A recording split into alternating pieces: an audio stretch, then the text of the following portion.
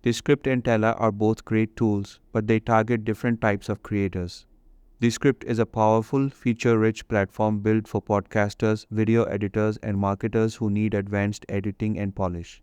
It lets you edit videos by editing the transcript, clone voices with AI, clean up audio, add green screens, and even mix multiple tracks with stock media support, making it perfect for professional or long-form content.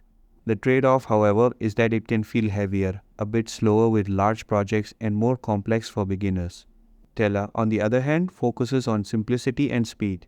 It's ideal for quick screen recordings, tutorials, explainer videos, or social content where ease of use and fast sharing are more important than advanced editing power. With features like auto subtitles, zoom effects, and simple layout changes, it helps you produce clean videos without much hassle, though it lacks Descript's deeper AI and audio tools. In short, Descript is worth it if you need a professional-grade editor with advanced features, while Tella is the better choice for creators who want a lightweight, easy-to-use tool for quick, shareable videos.